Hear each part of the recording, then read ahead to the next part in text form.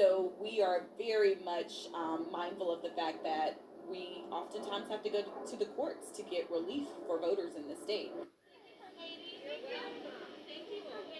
A record turnout is expected in this election, but in the world's most famous democracy, full access to voting is not yet the full guarantee that has been promised.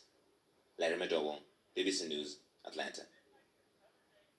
Do stay with us on BBC News if you can. There is much more to come, including this: 200 nights in a tent and still counting. The British boy paying tribute to his neighbour and raising money for charity.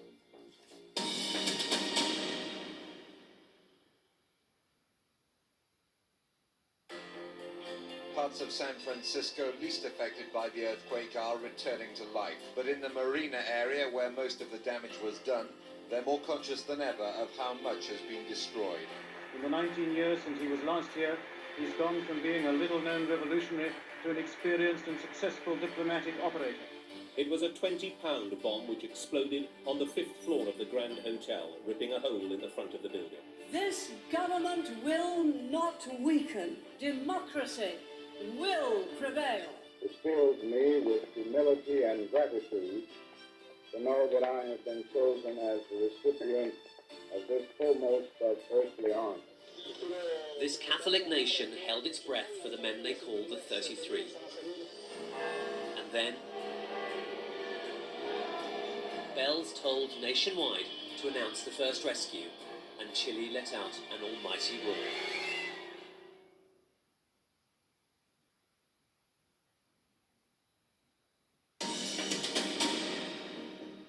Welcome back. Very glad to have you with us on BBC News. The latest headlines for you.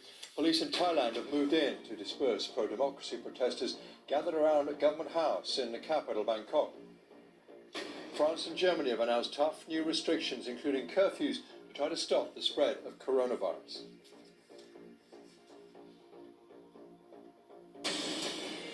It's emerged that Barron Trump, teenage son of the US President and First Lady, tested positive for COVID-19, but suffered no symptoms. In a personal statement, Melania Trump also describes her own symptoms as minimal.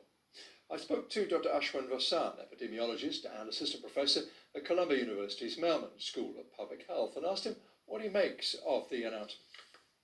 Obviously, I feel as a parent for Barron Trump, I'm glad he has been asymptomatic, and I hope he won't have any long-term symptoms. But this is, as Dr. Fauci has said, a documented super spreader event, and it comes directly from a lack of adherence to masks, to social distancing in both indoor and outdoor settings. And it's pretty consistent with the overall lackadaisical approach that this administration has taken to the COVID response, sending inconsistent messaging, allowing states to fend for themselves, and undermining the number one thing that will help respond to pandemics effectively: consistency and clarity and communication and adherence to science. So this is kind of consistent with how he, the president, has lived his entire life, flouting the rules and not really paying the consequences. And it's emerged, I know, this approach that was so lackadaisical, as you put it, that it even kept the Senate Majority Leader away, a very staunch Republican. Yeah, that's correct. I mean, I think it's pretty telling when Mitch McConnell, who's been Donald Trump's number one enabler in chief, says, I haven't been to the White House since August because I don't think they've approached coronavirus in the same way that I think is appropriate for the Senate. You know, the White House is pushing a herd immunity approach, which is really their attempt to take a failed policy and dress it up as an effective one prior to an election. But there's a handful of reasons why that won't work. You know, we have asymptomatic and pre-symptomatic spread that will ensure that if we protect vulnerable communities like the elderly and let everyone else go about their everyday lives, it will get into those vulnerable communities, resulting in tens or hundreds of thousands of preventable deaths, strain on our healthcare system, and untold effects of long-term morbidity, sickness, long COVID, as we've been calling it.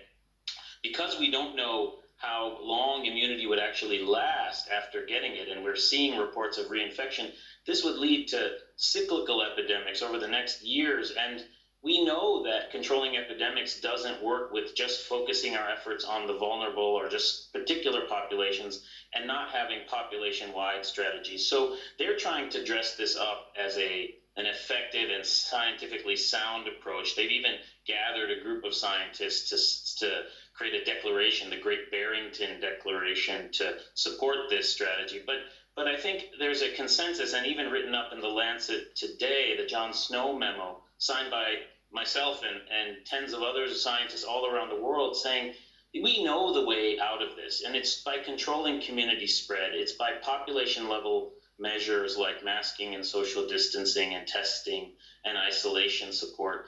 And it's by protecting vulnerable populations, as we say, like essential workers and the elderly.